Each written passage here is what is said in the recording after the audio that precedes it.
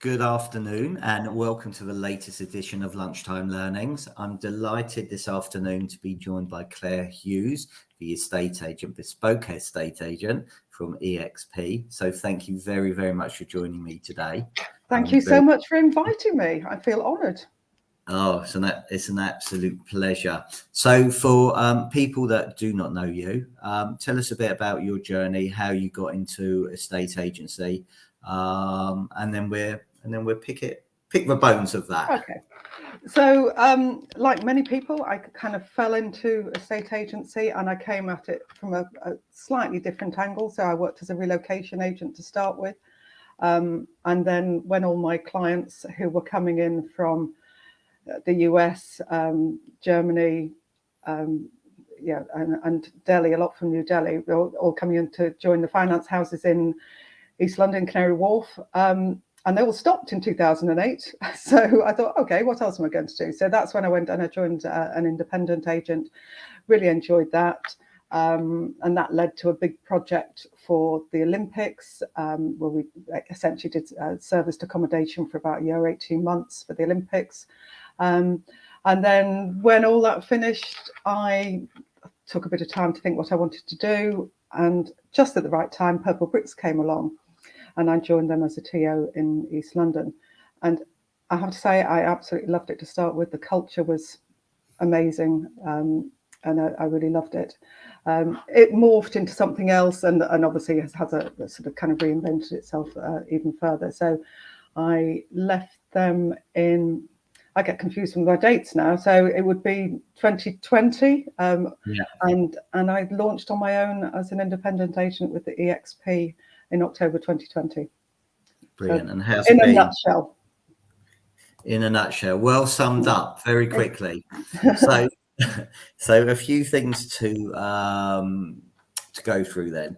So relocation agent. Yeah. So going out, finding properties, bit like the Kirsty. You can be Kirsty today. So I did do sales, but most of them were rentals. So it was actually quite interesting because most of the relos would cover Surrey, Kensington, Hampstead, those kind of areas. There was nobody working in East London, but they found that they had people that wanted to live in East London because, well, they thought Shoreditch was super trendy. They wanted something that was an easy commute to Canary Wharf or the city. And in fact, my bit of East London, I mean, Liverpool Street door to door in about 20 minutes, 25 minutes. So I had a niche for a good while. There was nobody else that could cover my area. And I went out into parts of Hertfordshire and Essex. And it was fun because you're meeting lots of people and they're in a tricky situation. You know, sometimes they might have a spouse that doesn't speak the language, who, you know, because at least they're going to, the client would be going to work and would have a sort of a network there, but the spouse might not have that. Things like helping with schools. Sometimes I'd be going around supermarkets with some of these people to say that, don't worry, you can still buy whatever it is you want to buy. You can still get it here. We're not a backward country. And so it was fun. I did enjoy it. And did that stand you in good stead for going out and putting yourself in the buyer or putting yourself in the tenant's shoes, getting to understand what they actually want from their estate agent? Exactly that, because I mean, first of all, I saw some really good estate agents and letting agents, and I saw some really bad ones, who would be rude to me. I felt I did actually have one agent, I can't remember who she was working for, and she said, "Oh, the relos don't normally talk to me." I thought, well, that's probably because you don't talk to them. I don't know. I mean, I will talk to anybody. My children are embarrassed by me because, I'm out walking the dog and I have to talk to people. It's, I like people. So it was kind of the perfect job for me. But yes, so it gave me an insight when I went into agency as to what people were experiencing on the other side. So yes, I've always thought that's stood me in very good stead as an agent. So you mentioned good and bad. Let's just focus on the best practice here rather than on the worst practice. What were the good things that you liked, that you saw? Okay, so the ones that communicated well, that was probably key. The ones that knew the kind of questions that we would be asking, so if it's a rental, then they need to be known, first of all, when it's available. If it's furnished, can it be unfurnished? They're quite basic things, and people just didn't know. So just simple things like that. What else? So communication, and just being decent and civil, I suppose, is one of the things that I always have this little mantra: behaviour breeds behaviour. And if you're nice to people, they will be nice back, generally speaking. So I think sometimes agents, some of them put up a barrier. They're assuming that they know, as a relocation agent, they think they know what I'm about, but they don't know me at all. Didn't know me at all. They assumed I had an agenda. Now, of course, to a certain extent, I did, because I wanted to get the best property for the best price for my client. But it's a conversation, isn't it? 100%, and this is a people business. It may be a property business, but people buy from people they like and trust, and that is people first. Always people first. Yeah, 100%. And I think the points that you make there about communication, 100%. And also, this is what I find very interesting is the knowledge. So actually put yourself in the shoes of a tenant and buyer. Mm-hmm. What are the questions that you would like to be asked? So actually, rather than the agent going, I don't know, you've got all the answers to the questions. Mm-hmm. And we're meant to be trusted advisors. So trusted advisors, we should have all this knowledge. So and agree, look, being decent and being nice to people, that's how it should be, really. Full stop. So that's how the world should be, really. But I know it's not. But when we're living in very uncertain times, but if we can start with our own sphere, then there's somewhere. It's a starting point, isn't it? Okay, so you went from a relocation agent to an independent agent. What did you learn from there?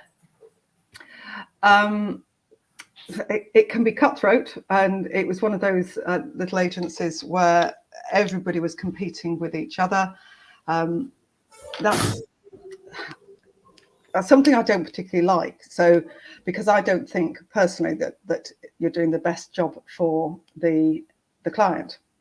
Because if you've got negotiators that are trying to say my tenant or my buyer is better than the other person's buyer, that's not really representing the customer. So unless somebody was taking ownership, which in that particular business they weren't, and saying, right, I will put all the offers forward, and we will, we'll make a judgment as to which we think. So it was back in the day where they would take multiple holding deposits off people. So you might get 3 applicants that are suitable. Okay, they won't put the offer forward until they've got a holding deposit.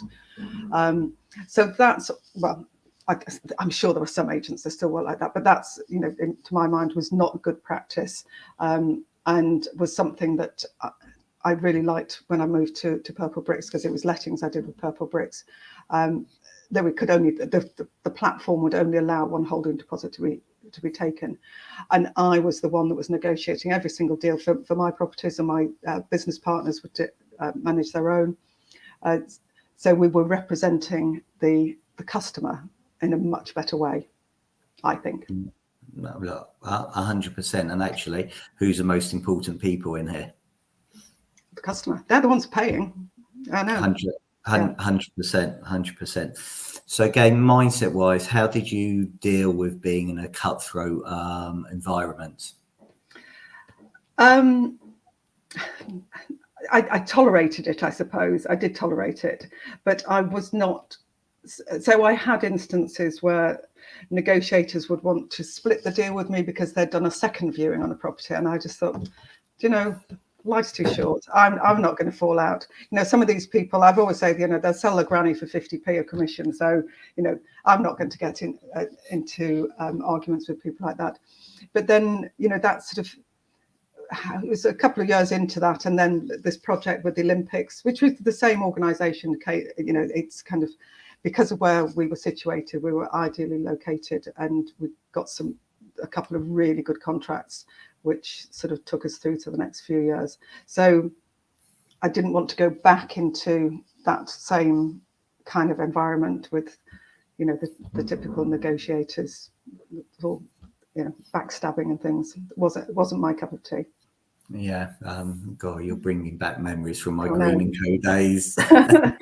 and what happened when, you know, you get an offer on the property and then all of a sudden somebody else, another negotiator, would magic an offer out of nowhere from somebody just to get half your deal. And it, so yeah, not great. Not great. No, it's not. I personally, I don't think it's a really good environment to work in. I know that Ellie Reese, because she has her business where they earn a very good salary, and they get bonuses, but they don't earn commission, as I understand it. And you know, everybody pulls their weight, because the argument is all, you know, if you pull commission or then you're going to have somebody who's going to be a bit of a dead weight. But you recruit the right people, you train them properly. As long as people know the expectations, then, you know, well, it obviously works for Ellie. They've got a successful business. So brilliant, thank you. So you touched about going to Purplebricks, and very exciting in the days, and you talked about the culture was very good. So let's talk about the good points. So right, okay. So the culture was great, and part of that, first of all, and I've said this before, Kenny and Michael, really charismatic guys, and they had this vision. They put everything into it, emotionally, really hardworking, by the way, emotionally and financially, put everything into it. And, you know, it came, I'm not going to say it was a success. Well, it was a success for them, but, you know, time will tell whether, history will tell whether it was overall, it was a success. But the culture, I think a lot of the desire to really do well was down to the fact that we had shares. So initially, there's kind of the early adopters, I suppose, we got share options quite quickly, and that really led to this feeling of ownership, because it was genuine. And yeah, obviously over time, you know, they floated and then things changed, so it became something else. But yeah, it was great fun at the time, and you wanted to succeed because you were doing it for yourself as well as for the company. So how would you go out and get your name out there, get your brand, get the Purplebricks brand out there? I mean, obviously they were a marketing machine, and I know James Kidd bought some fantastic fantastic adverts that help Purplebricks. I, for one, were not a big fan of the adverts and the commissary, but that is another story. So, you know, but I understand and I accept that, you know, that was it was clever. I mean, the agency, they, you know, obviously they use some big London agencies to do their marketing campaigns. So quite honestly, I didn't have to go out and get any business. Genuinely, it came to me. Because and that's it's a double-edged sword, I suppose, to a certain extent, because, you know, when you go out on your own or you set up your own business, you've got, you know, it's all self-generated, isn't it? So I did get sort of quite complacent about that. You know, we were encouraged to do self-gen, but because you would get valuation appointments just dropping into your diary. You know, I did go to some networking meetings and things, but you know, probably just one a week. And in fact, I don't think much really came of that, because people that want Purplebricks would want Purplebricks, you know, because they've seen the machine. It's a slightly different thing.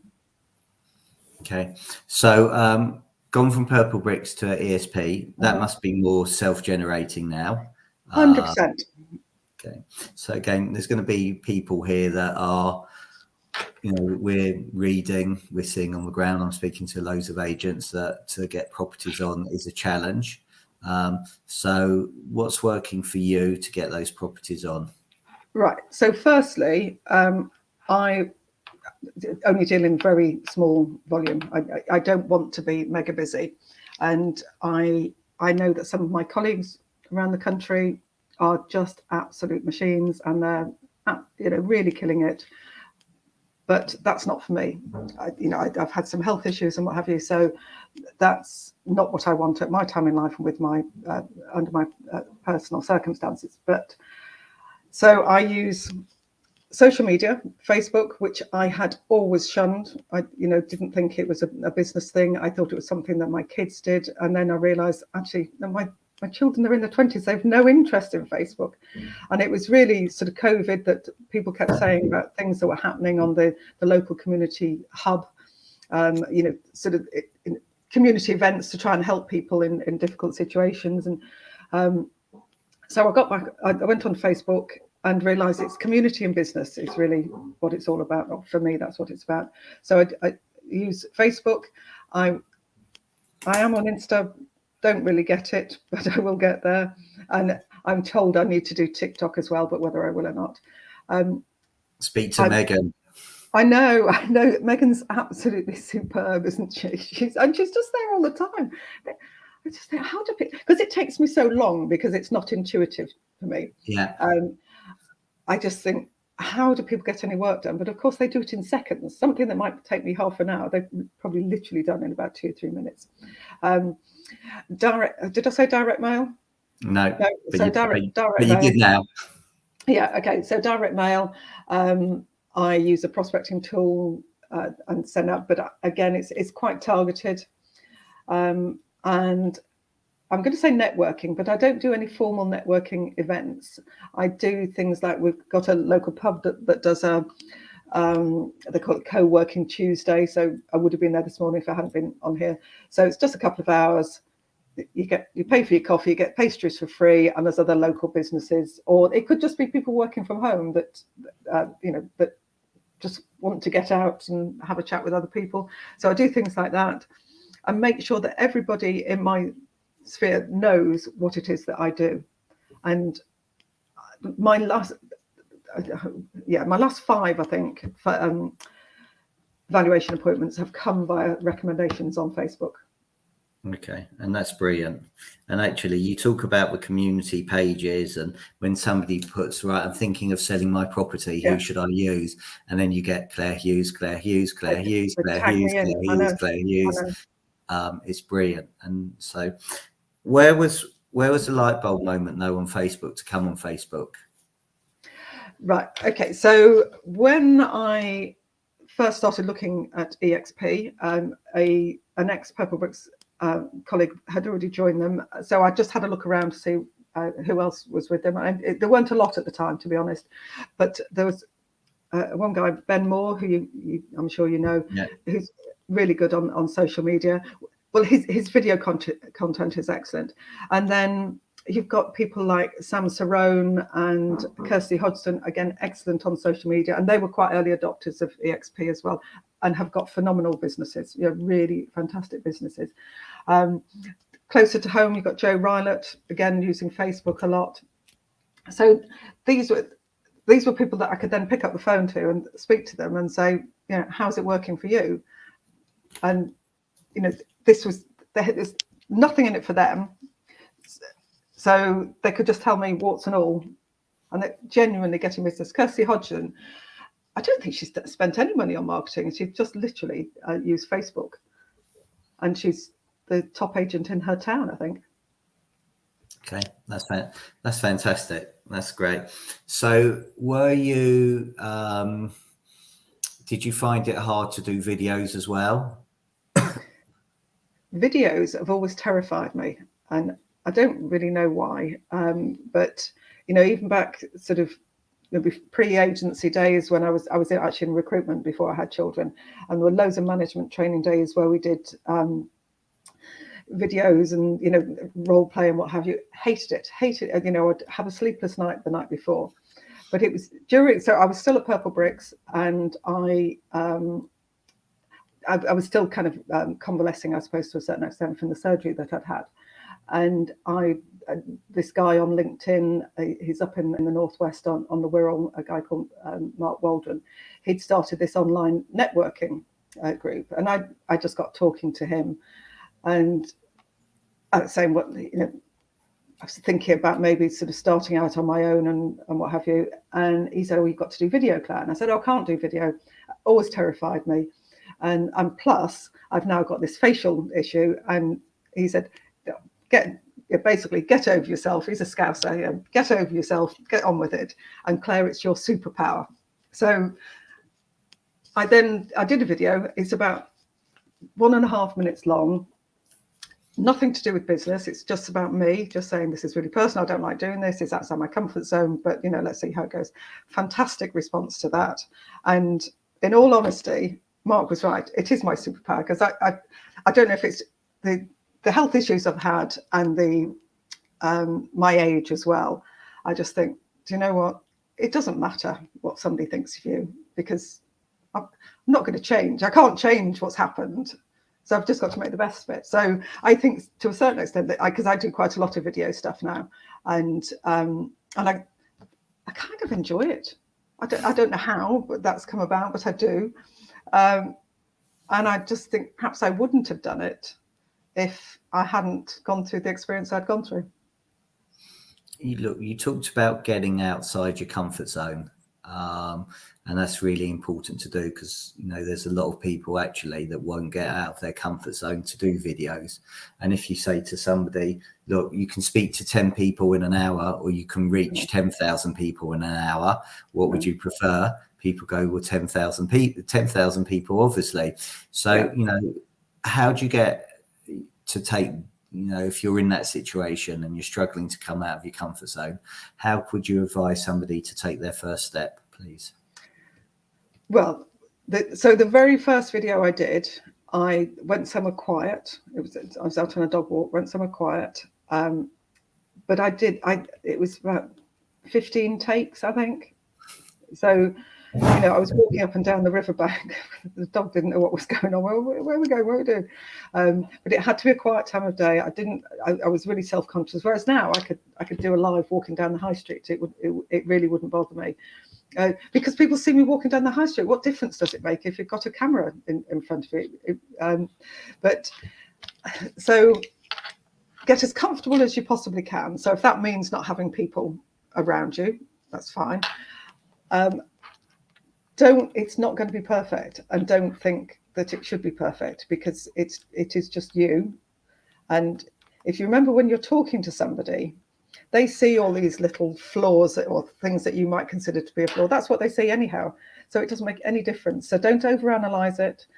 Don't keep going for take after take just to make it perfect. Just go with it. But above all, just do it. Do you know what? That's fantastic advice. Thank you. So what about you? What do you do to self-improve? Are there any books you recommend, podcasts you recommend? Right, I am more likely to. I know I keep coming back to these health issues, but it affects my eyes. So reading for any length of time, it can be quite uncomfortable. So I tend to listen to books. So I've got Audible and podcasts. So of course I listen to Ben and Scott's podcasts on a regular basis. What's another one that I listen to? I can't think of the other one, but there's another one that I'll think of it and I'll tag it in. Books.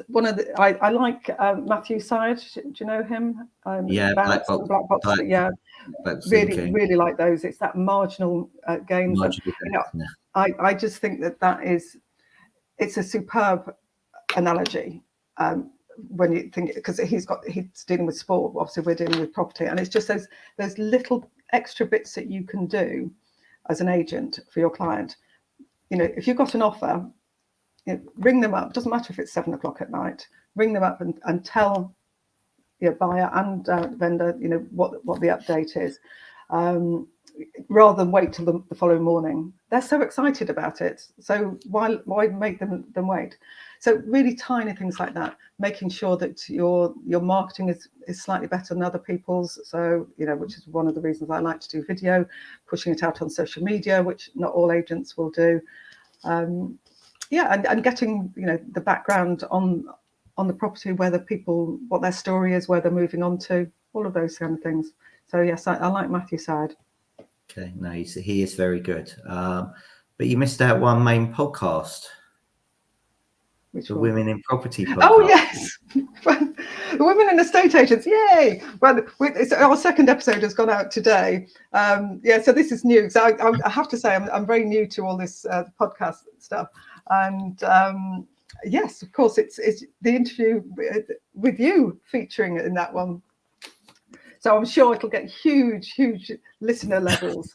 But the first one we did was with Ben Moore and his partner Becky Beardmore, and we just wanted to talk about. They're both from sort of similar backgrounds, but she's a copywriter now, and obviously he's an agent. But they obviously both working from home, got a young family. We just wanted to know what the dynamics were like, and what their vision is for their children in the future. And, in particular, their daughter Esme, who's she's not even 5 yet, and what the world will be like when she's in 20 years' time and out in the workplace. Will she still be having to deal with the gender bias, because it does exist. Yes. So the Women Estate Agency podcast, I recommend it, everyone. Good. So do I. And tell us a little bit about this. You've got a Facebook group, Women in Property, as well. Okay. So we've got just shy of 1,000 members. So Women in Estate Agency Facebook group.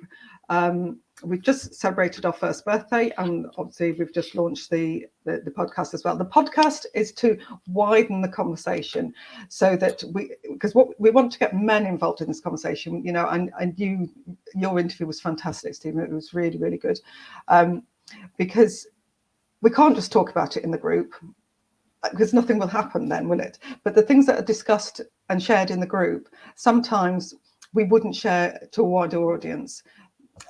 Hopefully, in the future, there'll be no need for something like that, because everything should be completely out in the open. But there are things that are discussed. They're either of a personal nature, or people just think they'll be ridiculed because they're a woman. So it's sometimes it's just a bit of fun, but if people want to rant, they can do that. If they want to share something they think is unfair. And it's a whole range of people. So it is estate agents and letting agents, but also conveyancers, copywriters, social media, but feeding into the estate agency niche. So a whole range of different people, different backgrounds. It's a great place. And for any women that are watching, listening to this today, where do they find you, and how do they get in contact? With me personally, well, you can find me all over social media. Also the Women in Property group, because I'm sure there's a lot of people out there that are lonely. So if you just Google or go into Facebook and look for Women in Estate Agency, I think it is the only one. And I should actually mention that I do run that with Liana Laporto Brown, who is an absolute superstar. And my partner in crime on both the podcast and the group. And we're also supported now on the group by Cassie, who's really good at social media, and she's much better than Liana and I are. And Liana's better than me, but but I'm the dinosaur here. Yeah, that's what they keep saying on my podcast. There you go. There's your lunch. That's my coffee. Yay. That's very nice. Where's mine? No, thanks. So it's asking if I want some cake. I'm on my way round. Okay. Again, so anybody who wants to go, have a look on Facebook, type in Women in the Estate Agency. I'm sure you'll be very, very welcome there. And as Claire said, there may be subjects that you don't feel comfortable discussing at work, but you're in a very safe environment with some exceptional ladies and women in the estate agency that I'm sure will point you in the right direction. So Claire, I'm going to let you get to your lunch. Thank you so much for your time today. I'm incredibly grateful. As we said, if people want to get hold of you, just type your name in. You're all over social. I think you've given some great tips and insights and content to help people, especially getting out of their comfort zone when it comes to videos and the estate agency. And actually, I think, you talked about a lot about the community groups as well, and networking. So people that are wondering how to get business, whether you're a self-employed agent or actually whether you're an agent and you want to look for new business, it's out there. but you've got to go and network, and you've got to go and ask the right questions. And I was in a car showroom at the weekend, and I ended up getting 3 rental properties from a guy just by asking. He asked me what I did, I told him, and then I just said, so when was the last time your letting agent offered to take you for a coffee to maximize your investment? He said never. I said, would you be interested? He said, of course. And he had 3 properties. So every person you speak to is an opportunity, especially when you're dog walking. And I know, you see, that's networking, isn't it? People don't think of it as networking. Yeah. And my kids are exactly the same thing when they see me walking up and down and start talking to people. It's, Dad, you know absolutely everybody. And it's just, I'm happy to have that conversation. I know. I'm more likely to know the dogs' names actually than the human names. But there's a house just around the corner from me, and I've seen him walk his dog for, I don't know, 2 or 3 years, and he knows what I do. And we're always talking about this house. At some stage in the next probably year or 18 months, he is going to sell that house, and I will be the only agent he contacts. And it's at least 2 million quid's worth. So, and he knows what I charge, and that's just from the dogs. So I'll have to, I don't know, I'll have to get Evie some extra treats or something if we that would be Evie's commission, dog treats. Well, on that note, thank you very much for your time. Have a really good week. And thank you so much for inviting me. Thank you. You're welcome. And thanks very much, everybody, for watching and listening today. And please like it, share it, get the message out there. Have a good day, everybody. Thank you. Bye.